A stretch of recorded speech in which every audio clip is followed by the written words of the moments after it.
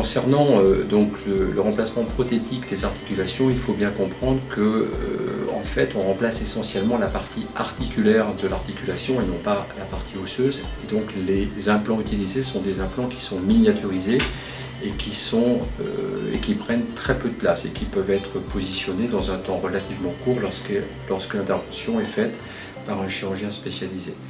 Bien évidemment, j'opère avec une équipe extrêmement formée et très spécialisée dans ce domaine et nous opérons généralement avec une équipe de 3 à 4 personnes, ce qui permet de gagner du temps et d'éviter les temps morts et donc d'être efficient en termes de rapidité et de précision. Car les deux points importants pour le résultat de ces interventions sont la rapidité pour diminuer le risque infectieux, puisque la complication la plus grave de ces opérations est l'infection. Donc plus une intervention est longue, plus le risque infectieux augmente. En effet, c'est la qualité de pose de l'implant, en particulier dans les 3 plans de l'espace, qui va permettre à la prothèse d'avoir une longévité importante.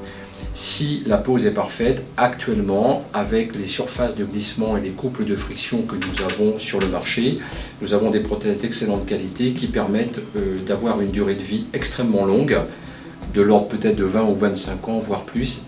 Je suis spécialisé dans les prothèses de première intention, mais aussi dans les révisions de prothèses, c'est-à-dire des prothèses qui ont été pas forcément bien posées ou qui posent des problèmes de douleur et que je suis amené à changer.